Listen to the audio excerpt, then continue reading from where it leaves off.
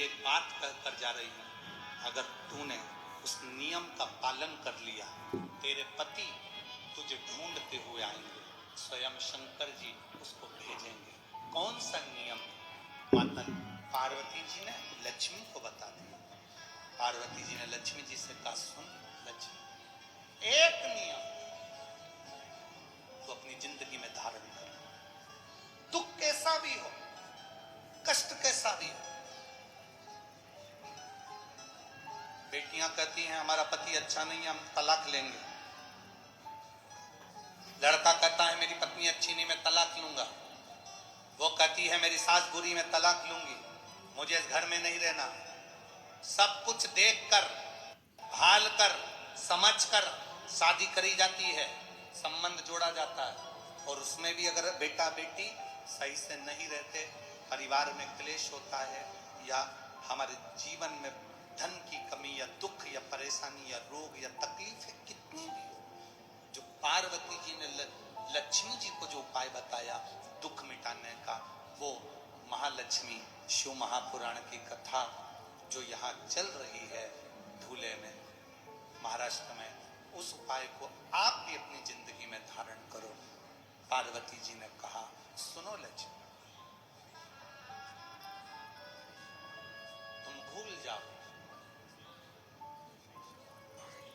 कि तुम्हें तुम्हारे पति ने श्राप दिया, किसी ने ठोकर मारी, आप उसे भूल जाओ कि किसी ने ठोकर मारी, किसी ने गाली दे दी, आप उसे भूल जाओ कि किसी ने आपको गाली दी।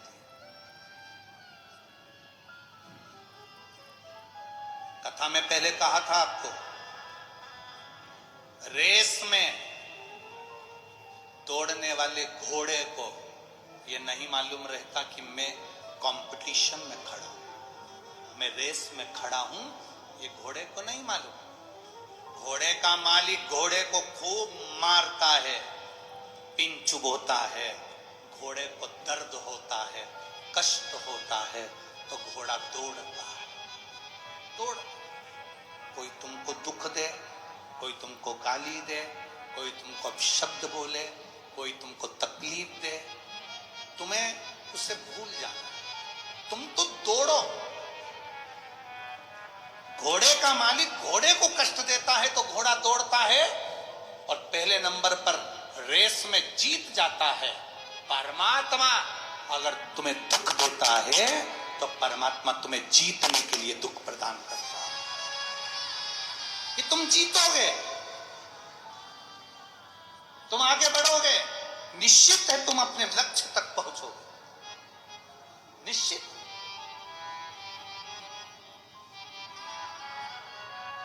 तुम अपनी मंजिल तक पहुंचोगे, ये निश्चित है। माता पार्वती जी ने लक्ष्मी जी से कहा तू भूल जा, पहली बात याद कर कि तू भूल जा कि तेरे पति ने तुझे श्राप दिया था और तू अश्वी बनी, तू घोड़ी बनी। इस बात को तुम भूल जाओ कि कोई तुम्हें कष्ट देगा, कोई तुम्हें दुख देगा।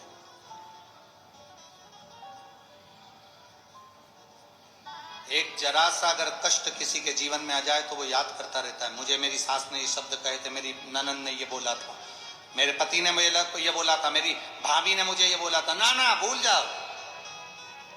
गुरु की करनी गुरु भरेगा और चेले की करनी चेला उड़ जाए। जी ने लक्ष्मी जी को बताया पहला उपाय, भूल जाओ कि किसी ने तुम्हें दर्द दिया, किसी ने तुम्हें कष्ट दिया, तुम्हें दुख दिया।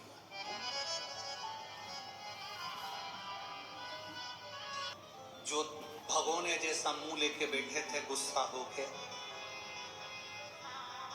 वो अपने घर भी जाएंगे। जो प्रसन्नता में बैठे थे वो भी अपने घर जाएंगे। और शिव महापुराण की कथा जिसने अपनी आनंदता से, अलमस्तता से, प्रसन्नता से धारण करी है, उतारी है अपनी जिंदगी में, वो खाली नहीं जाएगा, क्योंकि हम उसमें सत्य का निवास करते हैं।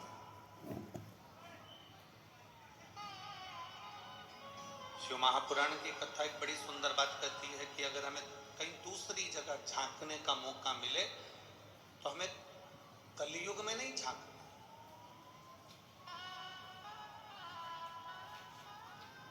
यदि हमें कहीं झांकने का मौका मिले तो अपने सतयुग में, अपने हृदय में झांक कर देखिए उसमें तुम्हें बहुत कुछ मिलेगा, बहुत कुछ।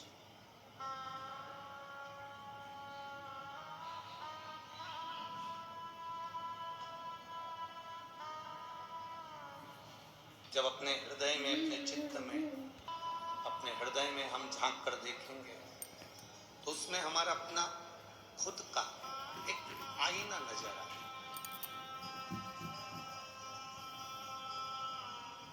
जिस आईने में हम हमारे परमात्मा का दर्शन कर सकें। एक बात हमने पहले भी कही, आज फिर कहते हैं, कहीं बहुत दूर तुम्हें जाने की जरूरत नहीं है भगवान को रिझाने की।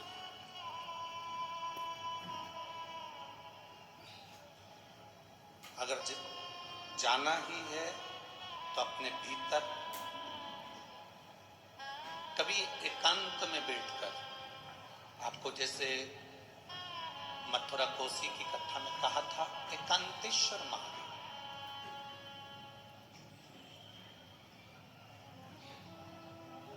कभी तुम भी एकांत में बैठकर भगवान शंकर की भक्ति धारण करो।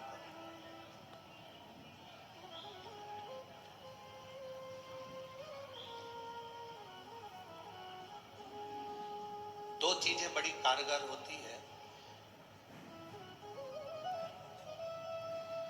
केवल मात्र 2 हफ्ते भी हम उसको अगर दृढ़ता से कर लेते हैं तो मेरे शंकर की कृपा हम पा लेते हैं। 2 चीजें कारगर, एक बिना कपट के, बिना छल के, बिना दिखावे के, बिना बेईमानी के, बिना लोभ के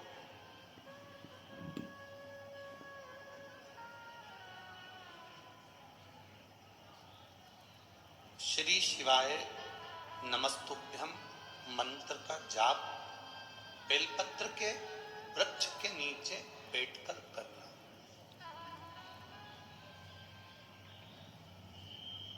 उसमें एक बार आपकी कामना हो जाना चाहिए, उसके बाद तुम्हारे मन में ये नहीं आना चाहिए कि मैं इस कामना के लिए ये व्रत, ये जप कर रहे हो। शुरू दिन आप जब बेलपत्र के पेड़ के नीचे बैठे, शुरू दिन जब आप बेलपत्र के वृक्ष के नीचे बैठकर कामना कर कर एक बार अपने मन में आ जाना चाहिए कि मैंने इस कामना से श्री शिवाय नमस्तुभ्यम मंत्र का जाप किया।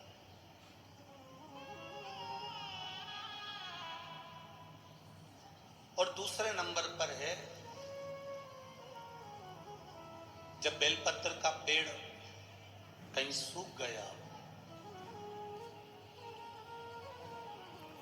और किसी किसी के यहाँ पर बेलपत्र का वृक्ष जब सूख जाता है तो उस वृक्ष को लोग निकाल देते हैं, तोड़ देते हैं, काट देते हैं, निकाल देते हैं। अगर किसी के यहाँ पर बेलपत्र का पेड़ कट गया हो, सूख गया हो, सूखा हो, किसी के काम नहीं आ रहा हो, तो वहां से बेलपत्र के वृक्ष की थोड़ी सी जड़ के पास का भाग लेकर आना और उसका चंदन जैसी मुठिया बना लेना और उसको फिर घिस कर मेरे देवाधिदेव महादेव को जब जल चढ़ाने जाओ तब वो बेलपत्री का चंदन मेरे महादेव को लगाकर आओ। हरे वृक्ष को नहीं तोड़ना। जो वृक्ष सूख गया, जो वृक्ष पूर्ण तरह से साल भर हो गया, 1.5 साल हो गया, 2 साल हो गया, किसी किसी के यहाँ का पेड़ कटने वाला है, सूख चुका है, बेकार हो चुका है, लोग उसे निकालना चाह रहे हैं, उसकी अगर थोड़ी सी लकड़ी, थोड़ा सा भाव में उसका घिसा हुआ चंदन देवाधिदेव महादेव को समर्पित किया।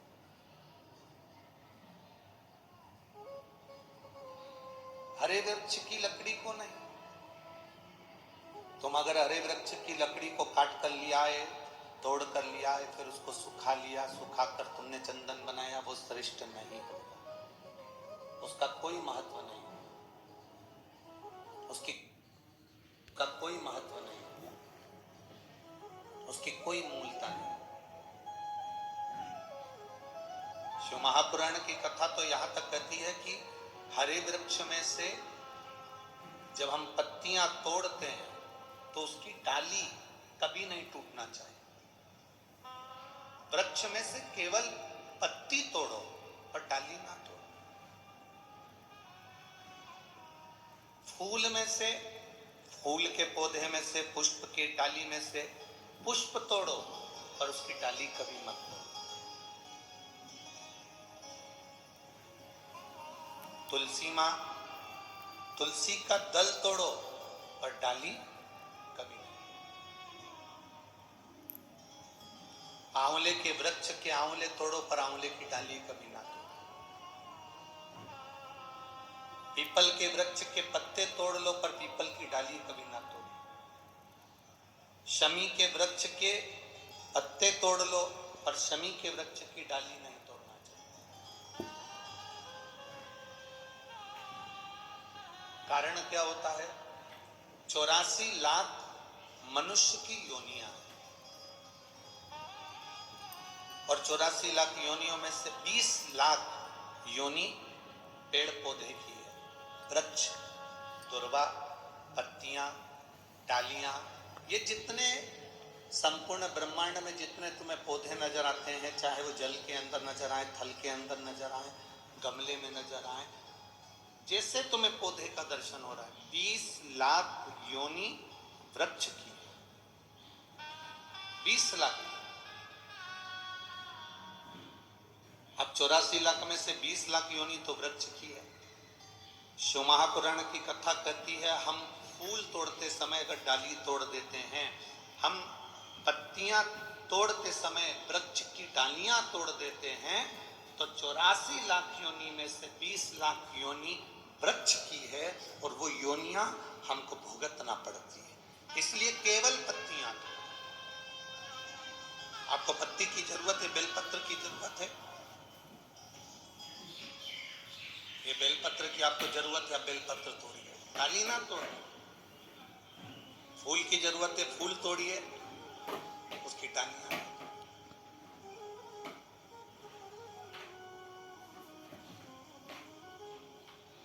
कई लोगों का ऐसा भाव होता है कि ढेर सारी डालियां तोड़ के ले आते हैं और मोहल्ले में पत्तियां बांटते हैं और सोचते हैं मैंने पुण्य कमाया। नहीं नहीं, इससे पुण्य की प्राप्ति नहीं। एक बड़ा सुंदर संवाद आता है।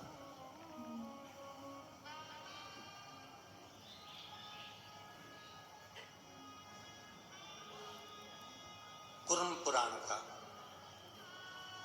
एक गिद्ध जंगल में रह रहा है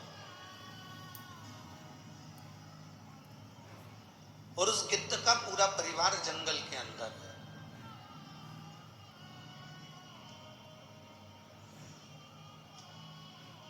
गिद्ध जंगल में है, गिद्ध का परिवार जंगल में है, वन में रह रहा है, वन विचरण कर रहा है। अब गिद्ध करता क्या है? उसका तो काम एक ही है, मांस नोचना, मांस को खाना।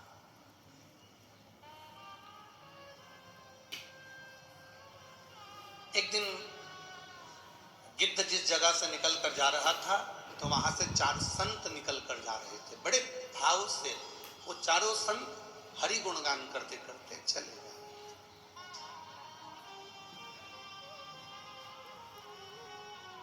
भगवान का भजन करते करते, प्रभु का नाम लेते लेते चले गए। संत तो संत है, जहां से निकलता है वो सुगंध फैलाता हुआ जाता है।